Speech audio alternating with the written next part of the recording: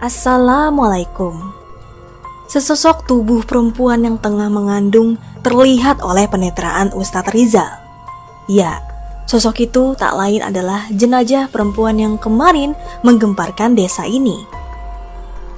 Namun, sosok perempuan itu tak lagi menakutkan seperti tempo hari yang lalu. Sosok perempuan itu nampak memprihatinkan dengan wajah memelas, memegangi perutnya yang membuncit. Saat Ustadz Rizal terdiam melihat ke arah sosok perempuan itu, ingin sekali beliau mengetahui sebenarnya apa yang tengah terjadi. Terdengar suara pintu diketuk. Ustadz Rizal lalu menoleh ke arah suara tersebut. Saat Ustadz Rizal kembali melihat ke arah di mana sosok perempuan itu mendatanginya, sosok perempuan itu sudah tidak ada lagi. Assalamualaikum. Terdengar ucapan salam dari luar. Waalaikumsalam. Ustadz Rizal menjawab dengan pandangan masih menyapu di luar jendela kamar sholatnya. Ya, sebentar, ucap Ustadz Rizal lagi. Saat pintu sudah terbuka, nampak seorang perempuan dengan wajah lusuh di depan pintu rumahnya tengah menggigil ketakutan. Ustadz, tolong saya, Tat, ucap wanita itu. Astagfirullah ya Allah, Mbak Mela kenapa? Saut Ustadz Rizal.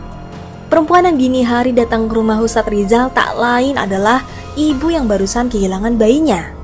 Perempuan itu menangis dengan wajahnya memprihatinkan, memohon pertolongan kepada Ustadz Rizal.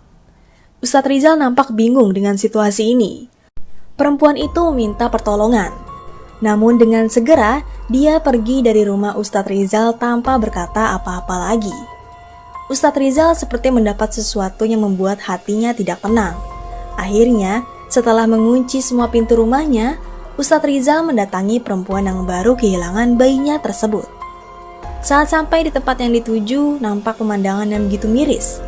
Perempuan yang tadi mendatangi rumahnya menjerit histeris hingga mengundang warga yang tengah tertidur pulas. Ustadz Rizal seketika menelpon Pak Firman agar mendatangi rumah duka yang jenazahnya tadi dimakamkan. Setelah beberapa saat, warga sudah padat saja mengelilingi rumah ini.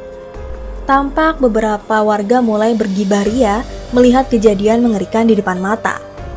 Sontak mereka yang baru datang langsung beristighfar, mengucap doa agar terhindar dari peristiwa mengerikan di depan mata mereka. Ya Allah, ada apa lagi ini, Tats? Ucap Pak Firman setelah sampai di tempat kejadian.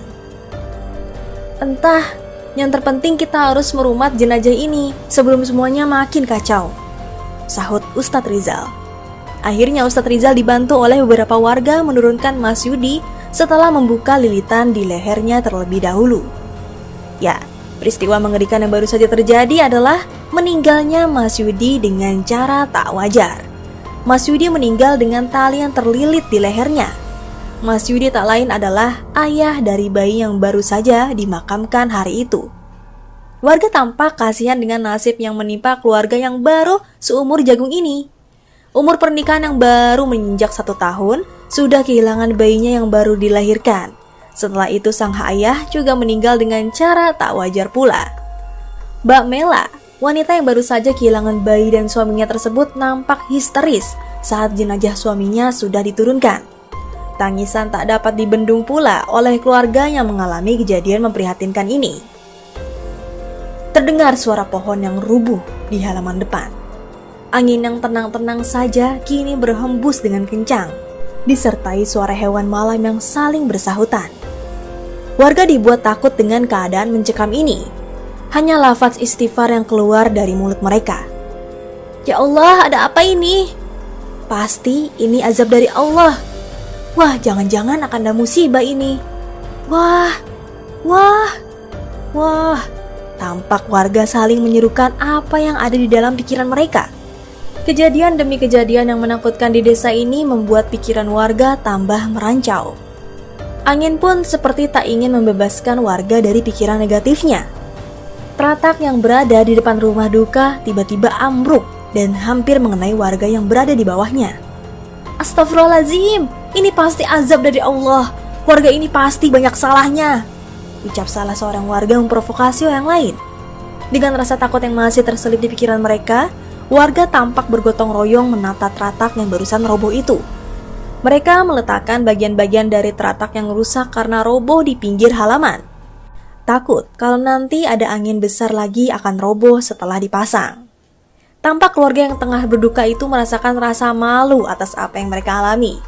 Bayi mereka yang mendadak meninggal tak wajar, lalu disusul sang ayah yang mati secara menggenaskan, serta kejadian aneh yang terus mengikuti. Pak Firman, Ustadz Rizal, dan keluarga korban sepakat untuk memakamkan jenazah keesokan harinya, dikarenakan waktu dan suasananya tidak memungkinkan. Akhirnya, Ustadz Rizal dan Pak Firman pulang ke rumah mereka masing-masing. Sedang Pak Mali dibantu oleh beberapa warga menjaga rumah yang tengah berduka itu. Baru saja saat akan sampai di rumahnya, Ustadz Rizal teringat ini sudah mau masuk waktu sholat subuh. Alhasil, Ustadz Rizal lalu tidak jadi mendatangi rumahnya dan berpindah haluan menyelenggarakan ke masjid desanya. Azan subuh kurang 15 menit lagi. Setelah berwudu, Ustadz Rizal lalu duduk dan berzikir.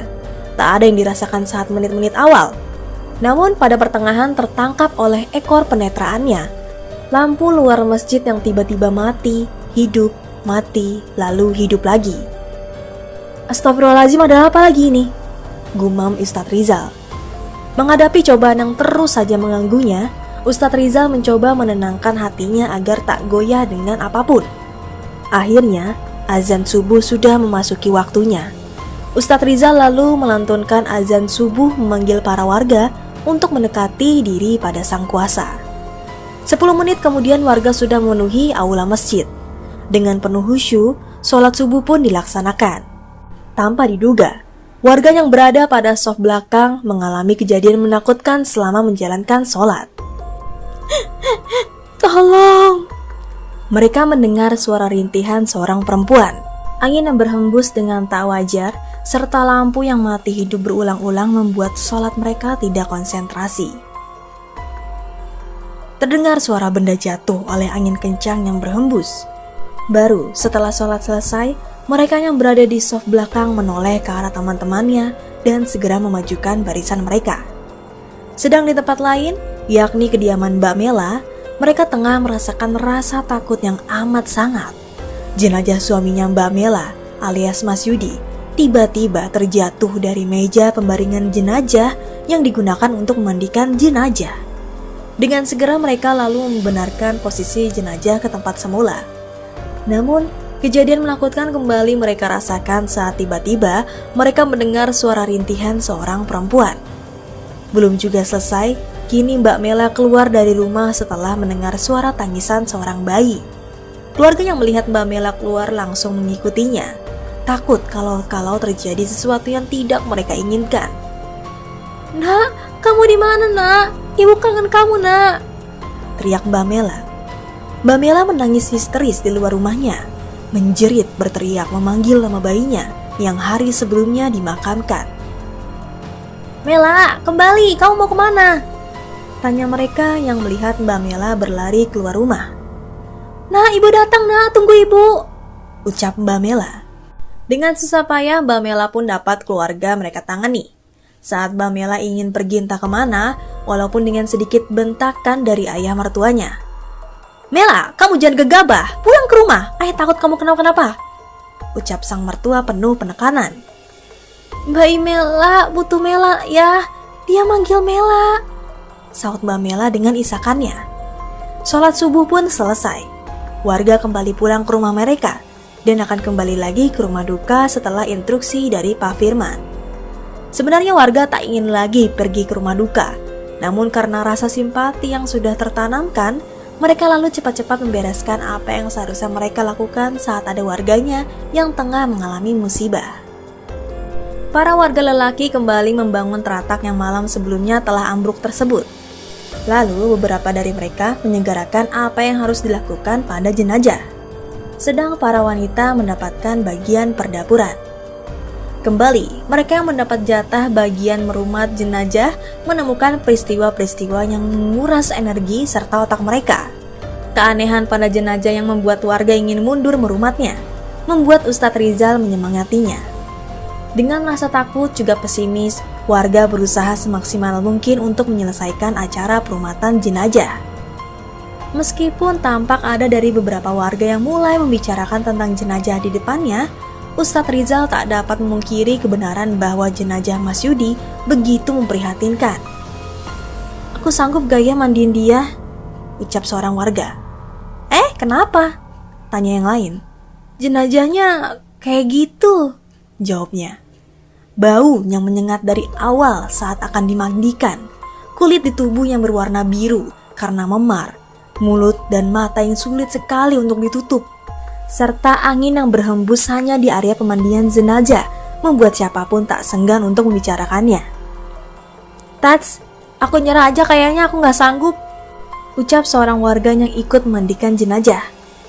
"Aku juga, Tats," sahut yang lain. "Bapak-bapak semua, mari kita baca doa dulu. Tenang dan luruskan hati kalian. Semoga jenazah dapat kita rumat dengan wajar sesegera mungkin.